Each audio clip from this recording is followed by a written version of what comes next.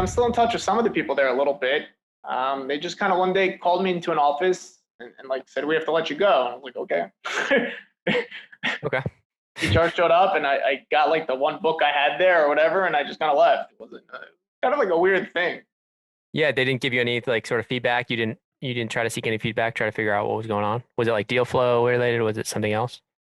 I don't know. I mean, the person that the staffer, he's a very nice guy.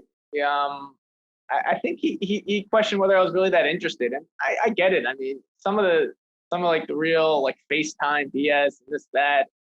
I don't know. Like, I mean, I did my best to do it, but I don't know. Like, there's a lot of like hazing stuff. Like, I don't. Maybe you understand. I see you nodding. Yeah. I don't know. There's the bullshit. There's the bullshit turns at 3. Yeah, there's the bullshit turns at 3 a.m. for a pitch book that's never going to see the light of day that you don't really need to be there for. So some of the hazing stuff, maybe I was like, not the best pledge.